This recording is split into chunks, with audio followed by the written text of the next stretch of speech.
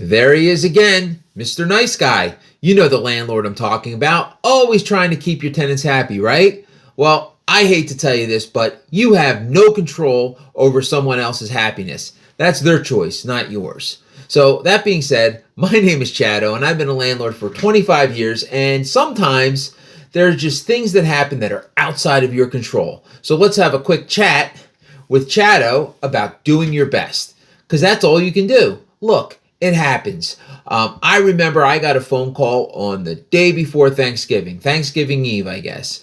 And they called me up to tell me all of a sudden that their oven stopped working. What could I do, right? There wasn't much I could do. It was the day before the holiday. Everything was closed on Thanksgiving. And unfortunately, Mr. Nice Guy, right, the landlord, right, it's all my fault, right? So that I ruined Thanksgiving. But here's the thing. Was it my fault? Not really. I do the best I can, and that's all I can do. And I can be happy with that, but the tenant may not necessarily be happy with that. But it's something that comes up often. And sometimes tenants are unreasonable, and their unreasonable makes it a little easier when they're upset. Other times, tenants are extremely reasonable and extremely accommodating, and that makes it a little more difficult when they're unhappy. But again, you don't own their happiness. I don't own their happiness. The only person happiness I can own is my own. That being said, it happens, right? We had an issue recently where the water heater stopped working on a Saturday. Of course, right? The worst day of the week for the water heater to stop working. And of course, it's a multifamily property. So all the tenants have no hot water.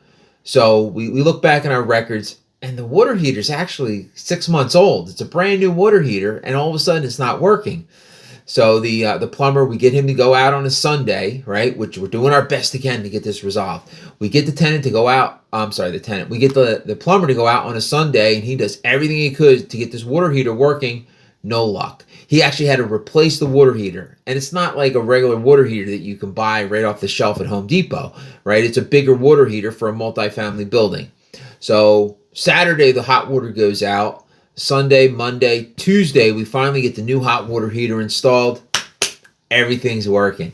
Cool. So what happens the following Saturday? Ring, ring, ring. There's no hot water again. What? What's going on? So again, doing the best we can, right? We troubleshooted it. We got our contractor out there to try and figure out what was going on. And we did figure it out.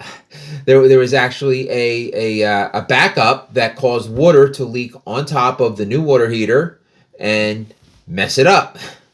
So that being said, again, the plumber goes out on a Sunday, see if there's anything he can do to get it working, and of course he couldn't. And of course he has to get parts.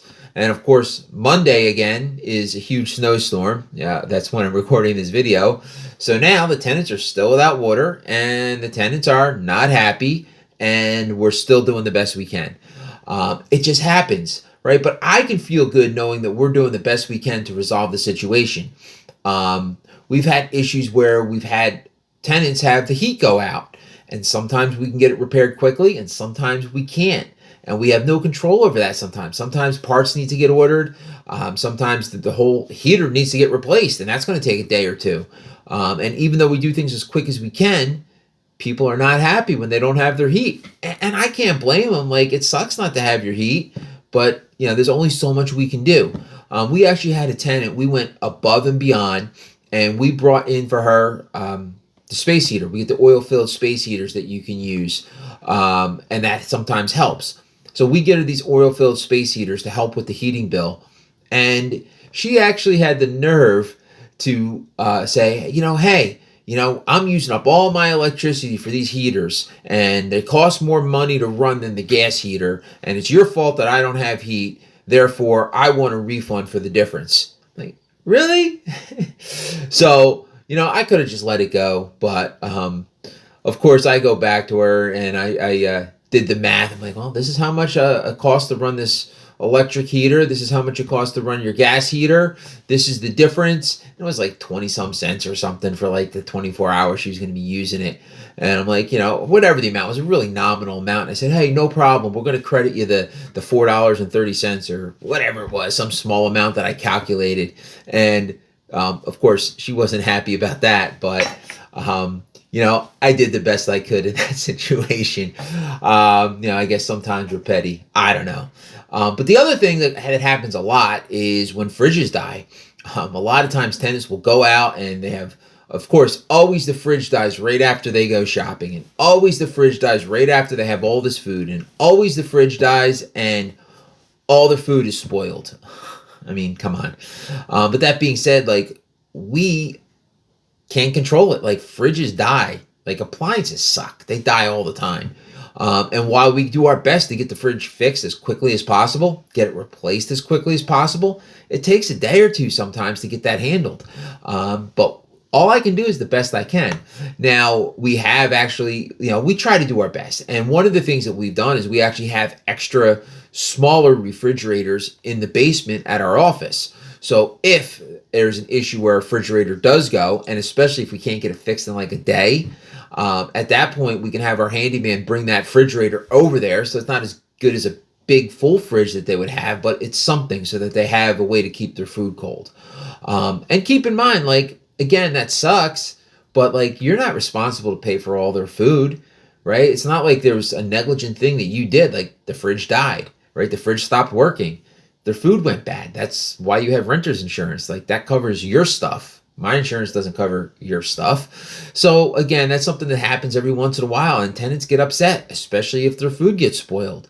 When they don't have a fridge, and there's only so much you can do about it. You work diligently to get things handled as quickly as you can, and that's all you can do. I actually had a woman, and there was an issue with a light in her kitchen, and there was an issue with this light, and we need to get it handled, but it's not like an urgent thing, right? It's not like it needs to send somebody over in the next 15 minutes because her light's not working.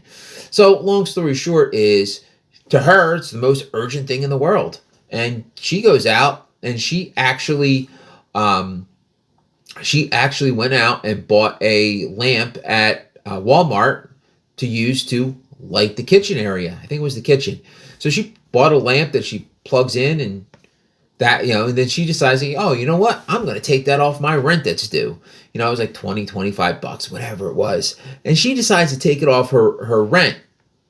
Well, anyway, long story short, she did eventually move out. And of course, that lamp wasn't there that she reduced from the rent amount, which we never even gave her credit for. She was just behind in rent $25 up until she moved out. And of course, we took it out of her security deposit because we go in and that lamp is nowhere to be found. She took it with her.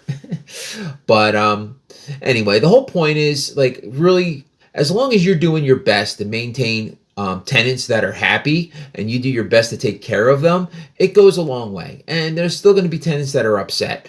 The thing is, the tenants that are reasonable, when you really take care of them and you do the best you can, they give you a lot more grace to get things handled that need to get handled, especially if every time there's an issue, you get it handled quickly. We've actually had tenants that have left and gone elsewhere, and then they say, hey, can we come back?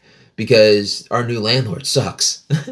Like, you guys were great. You guys took care of what needed to get taken care of. And that's what we try to do, right? Like, we want to be able to provide a good place for our tenants to live. And we want to be able to fix what needs to get fixed in a timely manner and handle repairs and work orders in a timely manner.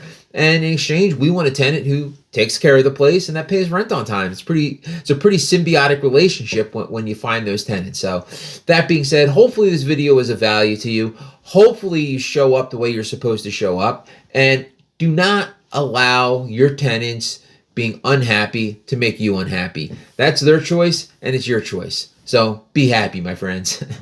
That being said, I hope you guys appreciate this episode. Like, subscribe, and comment. And as always, I'd like to thank you for watching another episode of Chat with Chatto.